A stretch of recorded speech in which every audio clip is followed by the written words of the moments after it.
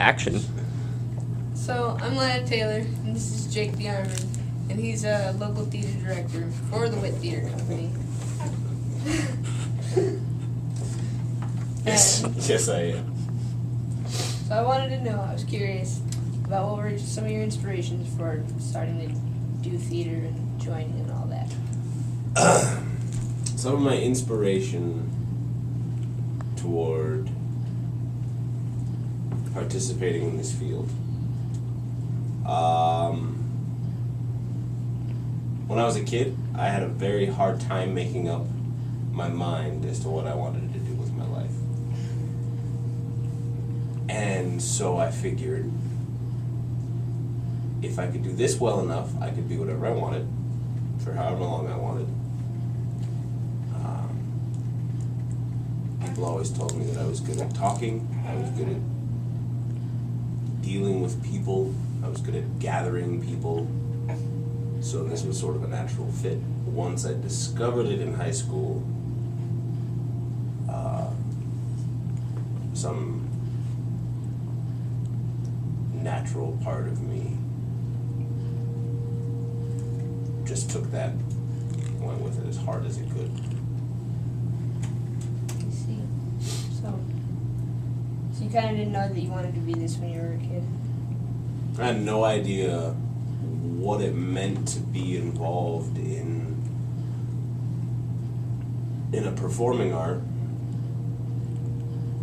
an art, a career really other than, you know, doctor, lawyer, policeman, whatever. For a while I wanted to be a preacher, and it's interesting because I find the further involved I get with this field, the more it is like preaching. You know, you're finding a message in a text and trying to deliver that message in a way that impacts your audience. Yeah. So, did you go to any school for this, or did you just run with it when you got an opportunity? I was in some camps, some intensive quote unquote training camps. I did some workshops. I did a lot of theater in high school. I was in my drama club and the drama classes. The drama club was sort of the extracurricular part of it. I was in those for 3 out of the 4 years, and the only reason why I wasn't in it my freshman year is because I was in choir. I was a choir kid, and I saw a musical, and I had to do it. I liked the attention, and I decided that was the best way for me to get attention that was beneficial in high school. But college, community college, I took a couple courses. Actually, the first college course I ever failed, the first course in my life that I ever failed was theater at Yavapai College in Arizona. There was this teacher, Janet Mason was her name, and I disagreed with her teaching style to the point where I just didn't really apply myself to the written work at all, and so I ended up failing the class. It was an interesting perspective to get an F in an acting class when I, by that time, had decided that's what I wanted to do, was be involved in theater. But no, I didn't go to university. So maybe you always just wanted to be your own director. Here you are now. I don't know. I don't know if I don't even know if then, when I was going through my courses, I don't even know if I wanted to be a director. I think I was still really obsessed with the fact that acting was what theater was what film was just performing the piece. And then I somewhere along the line, I caught wind of this whole idea that, you know, the director is the person backstage that really builds the image that you're seeing. Image being sight, sound, atmosphere, all of those things. Experience, really. You're building sort of this moment in time for these people to watch. And when I discovered that, acting sort of just went out the window. I don't particularly care to do that much anymore. It's a good break from directing sometimes, but that's where I really like to be. So, along with directing, what else do you do? Are you a stage manager? Build your sets? Well, right now, the companies that I'm working with are fairly small, and because they are, the people involved tend to pull double or triple duty. The last several seasons of shows that I've participated in have predominantly been directing and acting and set building, and sort of odd jobs around the other production angle. But we've started to get a hold of some really good people that spread the work out to where we can really focus on things we want to do. So directing is, like I said, definitely the first thing that I want to do. I can stage manage. A lot of times the director ends up stage managing anyway. I love to build the sets. I love to do the graphics for the shows. That's another little like pet project of mine. I like having my hand in as many aspects of the expression as possible, whether that's marketing materials or set design or blocking. So you're kind of like the jack of all trades when it comes to theater. I try to do all of them well, but I think you can't really be a jack of all trades in theater, because each specific field, to really like optimize its performance output, the amount of impact that it's having on the audience, in order to optimize that, you have to really focus on one thing. So like I mentioned that I've directed and acted before. Those are the shows that I think were the weaker of my work. Simply because it's really hard to get a good picture of what's going on when you're on stage. Yeah. So it's better to be able to focus on the bigger picture, because you're going to be dealing with a lot of things that require a bigger picture perspective in order to solve. But then also when you're playing this role, you have a very, very specific lens through which you can see any portion of the picture, whether your character sees the bigger picture or doesn't, or whatever, depending on the show. So, yeah, I mean, I guess you could say that I'm a jack of all trades. I don't particularly want to be. I don't think any theater professional really wants to do everything. Yeah. Because in order for theater to work well as it can, you have to be able to do one thing very, very well. And then tack other things on as necessary. You need to be adaptable too. So there's definitely, you have to be cross-trained for sure. All right. So how much of yourself do you have to commit to being a director or being an actor? Oh, that's a tough question, huh? How much do you have to commit to of yourself? Yeah. Sort of to the project? Mm-hmm. It's 100%. It's 100%, 100% of the time. If it's ever not 100%, the show will sort of wreck you into giving the rest of whatever you're holding back, right? Now, I like to say to people who ask me that when I'm doing a show, whether it's directing or acting, because like I said, if you're focusing correctly, you're sort of applying the same amount of that art to different aspects of the production. But if someone asks me, how has your life changed? How much do you give to a production every time something comes up? And I say 100%. I don't quite think they understand what that means when I say 100%. If you're truly attempting to penetrate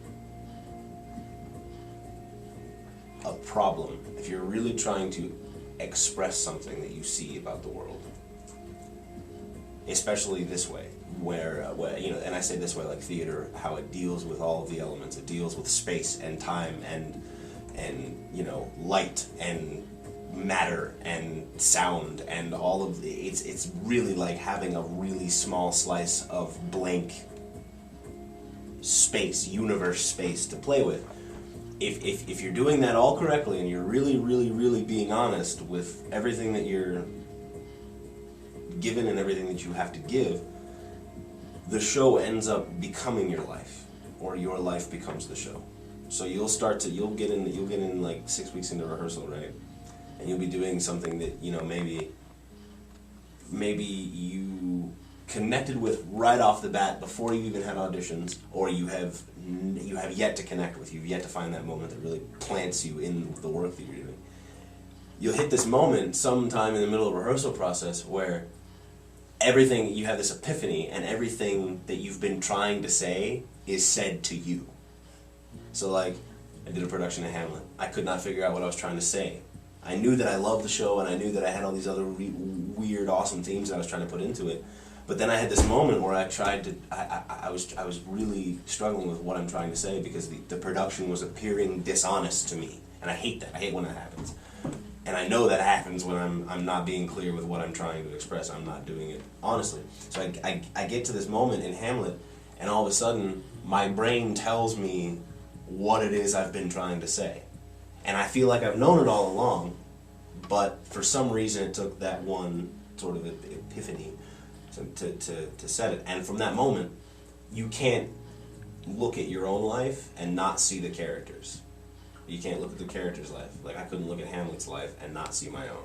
I couldn't, you know, and the actor playing Hamlet, interesting side effect of that is the actor playing Hamlet and I got very close because of how, you know, how you relate to a script, and how the actor relates to the director, how the director relates to the script, how the actor relates to the script, you know.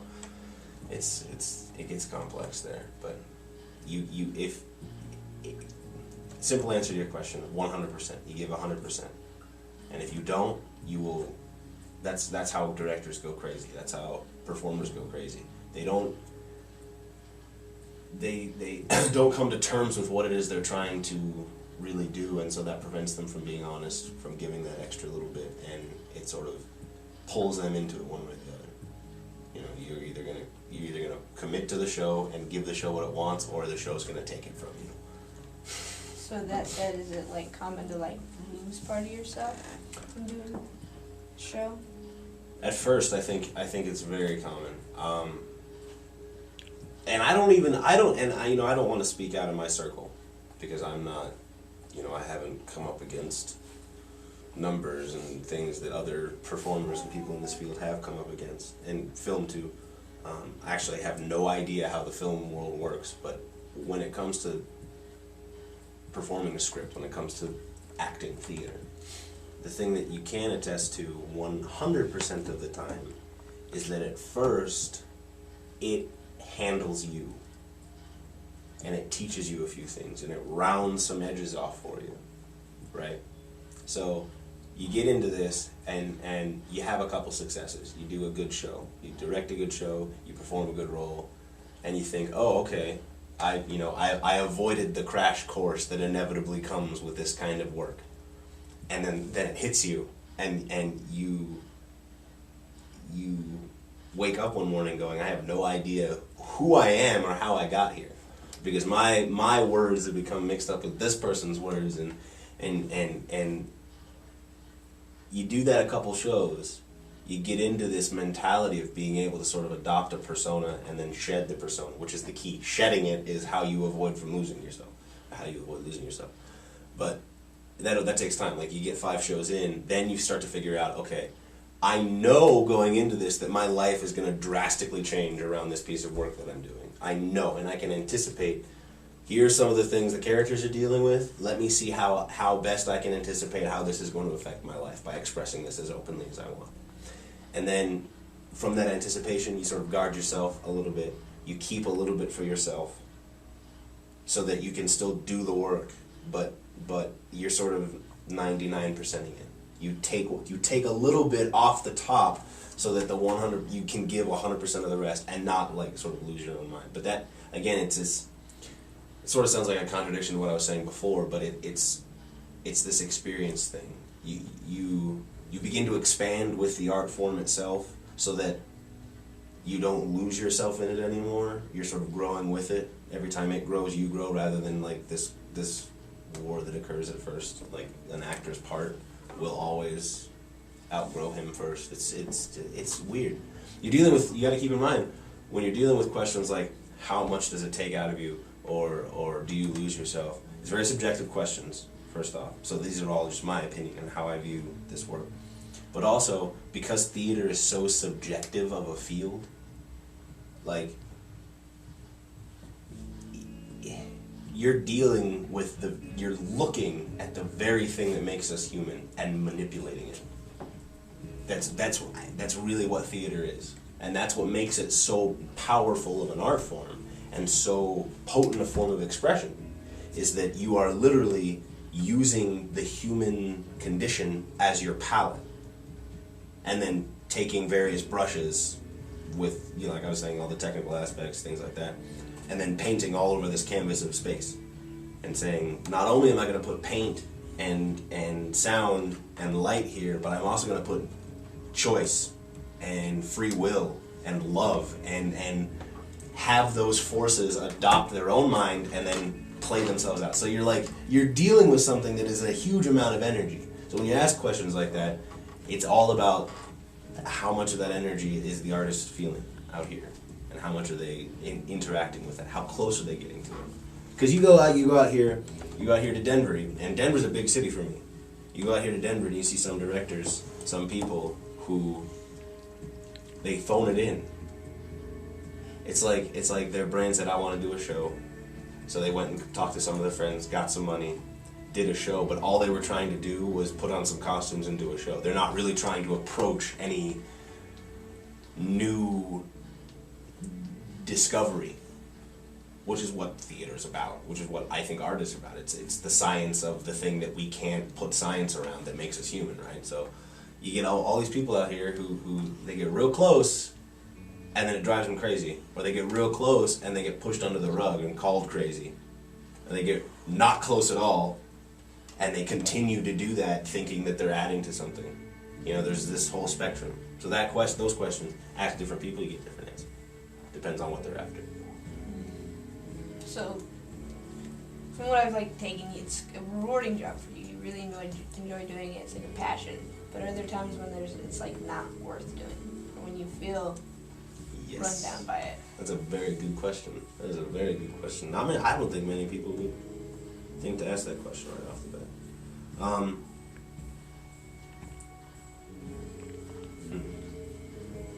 At first, like I'm saying, how it sort of takes you at first, before you learn how to take it, right? Yeah. And it being that I could talk for hours about. But when I first started it, when it took me, I let it. And you get a lot of drama geek kids like out of high school or whatever who love the feeling of that pull that this work has on you, which is it will take you for a ride and it will carry you your entire life, and you don't even have to worry about anything because it's all going to be laid out for you, right? So during those times at the beginning, there's no question that 100% of the time it is awesome. You are willing to go any hardship is romanticized. So I first started doing this really, I would call it professionally, because to borrow from a friend of mine, I have a definition of professionalism that is more about how I'm living versus how I'm getting paid, right? So when I first started doing this professionally, it was awesome even when I was starving.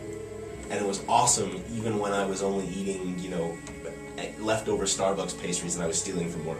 And it was awesome when we were getting the front page of the paper, people telling us they wouldn't put our shows in their theater anymore because we lived in such, an old-fashioned town or whatever. And it was awesome when all of these hardships would roll in. We wouldn't have enough money. We wouldn't have enough audiences. It'd be one person out there, and we're performing this 2-hour-long show for one person because they paid and they have to see the show, but you don't cancel the show. So all of those things are great at first because you're living the dream. You're doing theater professionally. You're acting, right? It's awesome. It's great. And then 6 months of that turns into, okay, well, we're fighting the good fight, and you get this sort of camaraderie that builds up on the inside, but you're starting to feel the lack of support from the outside. And then you get 2 or 3 or 4 years in when you're still starving and you're doing more work and the work is getting bigger, but you're sitting there going, all of these people around me have degrees and jobs and salaries and things, and the hope that you have that your passion is going to one day like turn around and carry you the way you've been carrying it, like the idea of the torch carrying the holder, that gets exhausting. It gets exhausting to have to wake up and go to a rehearsal and go, I have to put all of this in still knowing that I'm not going to get remotely that energy back. And that's what it comes down to, is the energy that you're putting in. The only times it's ever more like work than anything is when you're putting more energy in than you're getting back out. And that happens naturally. So the better you get at this, the more experienced you get in this field, the more deeply you feel these things, but the frequency doesn't really ever change, right? So I can feel gratification from my work now so deeply because I've been doing it for so long, right? But I also feel this other thing less deeply, which is the outward gratification, the outward support. So it's just like, it's about depth with this. If you're deep in something, you're going to figure out a way to make it great for you or terrible for you. But the question really is, how deep are you? This particular line of work takes you pretty deep, so you get to these points where you're just like, forget it, I'm done. I don't want to do this anymore. I had one of those 2 weeks ago. Just because there's so much to do. Set's not done, costume's not done, nothing's had. You have no reservations on the books. You still have to do it though. Those are the moments when, next time when you hit that moment, it'll happen a lot later in the process. You just keep pushing it back every time. You just keep facing the enemy, pushing them back a little further. Next time, you'll be able to make a show a little bit bigger without feeling that. And then the next time, a little bit bigger than that without feeling that. Until eventually, you're doing shows the size you want, and you look and you go, okay, well, I guess that feeling can go away now because of whatever. It's weird. It's a weird economy. So, it seems like theater has become part of your life. Like, there's not a divider between the two. That's true. That's true. Yeah.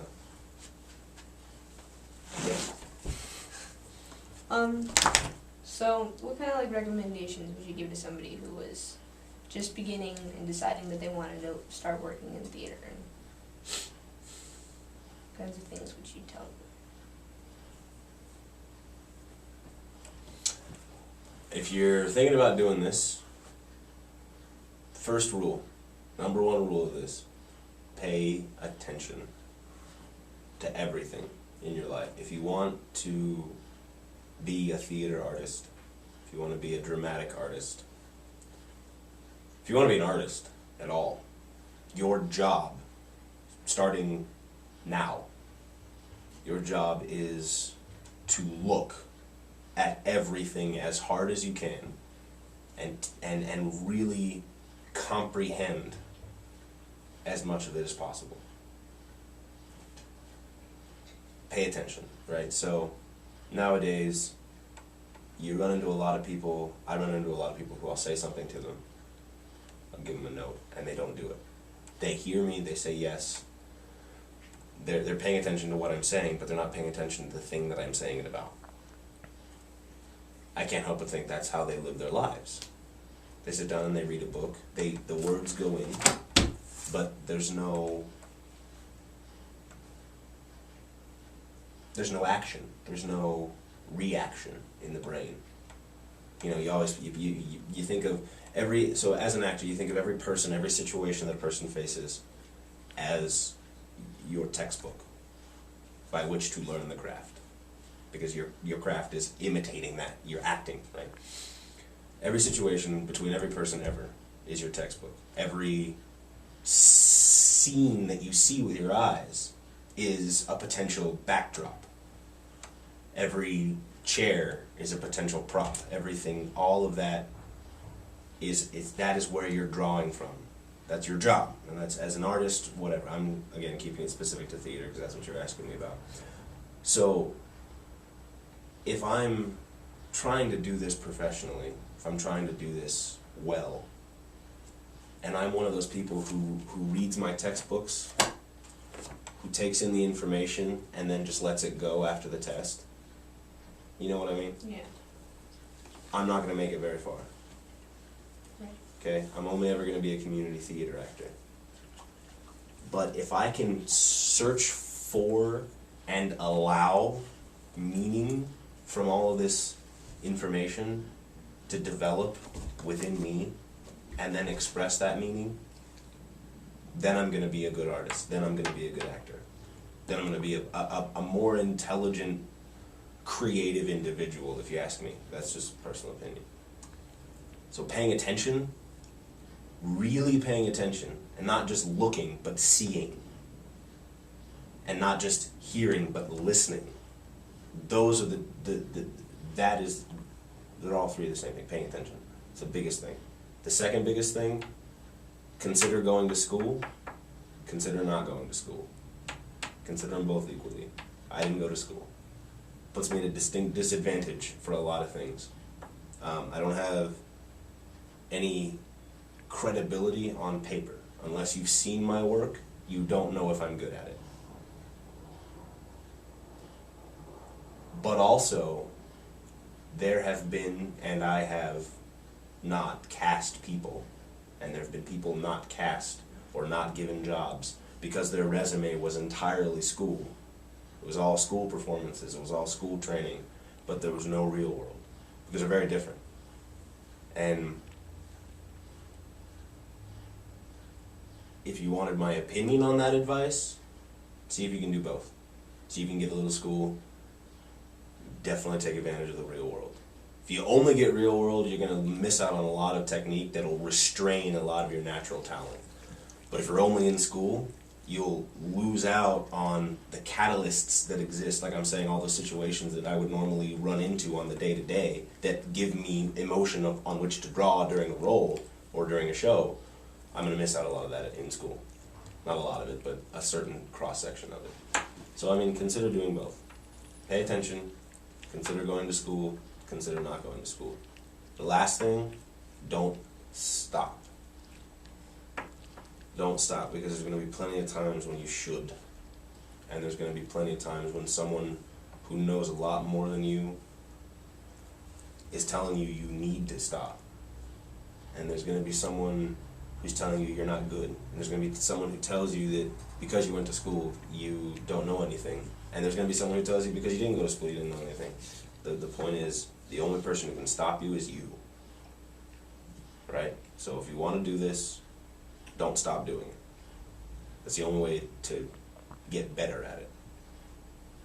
You know, you read all you want, go to classes all you want, talk to people all you want. The only way that you're going to raise your IQ is by doing math. The only way that you're going to raise your acting IQ is by doing theater. So with that said, do you ever intend on stopping? Probably not. It's a sickness. So for my last question, it's just something that's really entertaining to a lot of people. What's your best or worst on stage moment? Oh, my on stage, my own, are you talking me being on stage or something that I've put on stage? Either or.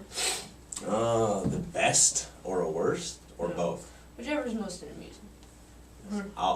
The best moment on stage.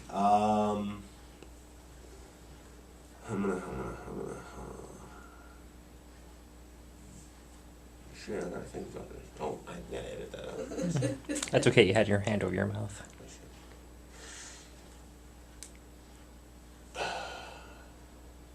Worst moment on stage, my own personal, would have to be the last scene of the first performance of Reefer Madness, the musical that I did in Prescott, Arizona, at this big opera house that they had just renovated. This city that I'm from spent $2 million renovating this opera house. And my company put 2 of the first 3 shows in there after the renovation, and it was the first 2 musicals that had been in there. And we had we had 2 months total to do these 2 to do the Rocky Horror Show and Reefer Madness musical. We got all Rocky squared away, and then we had a month left to put together like this musical that has 42 musical numbers in it. It's got 3 or 4 major dance numbers, like major, like full cast, costume change, zombie makeup, dance numbers, and we had a month to put it together. We had one day of technical rehearsal. Normally in a theater situation, you get at least 2 or 3.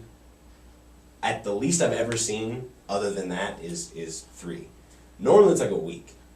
We had one day to move all of our set in, to adjust all the lights, to program all the cues, to put all the costumes where they belong, to have a run through, and to make the final adjustments to the tech stuff after the run through. We had one day. We didn't get everything done, obviously. You can't get all that stuff done and it wasn't even a full day. It was like 10 hours. Oh, jeez. 10, 11 hours. And so we came back the next day and we're drilling. The audience comes in to the theater to take their seats for the show, for the matinee, 2 o'clock matinee. And we're drilling as the audience is seated, 20 minutes before the curtain goes up. We are there's wet paint and drill sounds backstage. We open the show, it is an absolute mess. I mean, a mess. It wasn't terrible from the audience's perspective, but from our perspective, like it was a madhouse. It was absolute chaos. Nothing was going. I was supposed to be on stage for like a dance number. I didn't make it because I was backstage also teching and doing something else. Oh, jeez. Didn't make it in time, so my partner had to dance alone. And then the last scene, like I was mentioning, everything, all the sound goes wrong. All the microphones like bark and squelch at the same time. The lights start to flicker, and someone's got to get up, run. I have to run off stage to draw the curtain. And there's these audience members like sitting there looking at us like, what is going on? And it's just this mess. And they start to clap, and we're singing and dancing. I'm half naked because of my costume and everything, and we're just sitting there like, it may be a lot worse having been there, now that I'm regurgitating it, but that was probably my worst moment. It's just watching that chaos and then having to stay on stage after the curtain and not being able to run in the dressing room and blow my brains out was definitely the worst moment. Did you even bow after the performance? No, I did not. I did not because I was behind I was pulling the curtain. I couldn't make it back on stage for curtain call or something like that. I mean, but that was my worst moment. The best moment on stage. Best moment I've had is actually, my mentor from my hometown came all the way to Colorado to see the first show that I did with the company here. He said it was the best thing that I'd done yet. Drove 12 hours to come see it. It was a production of The Pillow Man, I think. Yeah. And came up and saw it and said it was the best thing that I'd ever done. Said it was really good. And to hear this particular man, he's the kind of man, like, he looks at you and he says, that was really good. Like, your whole world is just completed right there. And that was probably the best moment.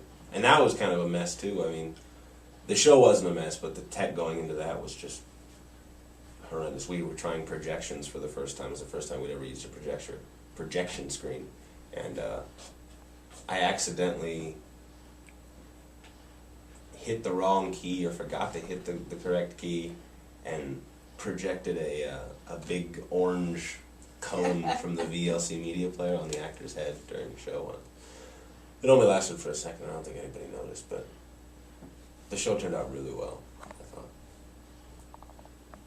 Live theater, there's always mistakes. There's always mistakes. Indeed. Well, thank you for the interview. Learned a lot. Excited to get into this. You can cut. Or not.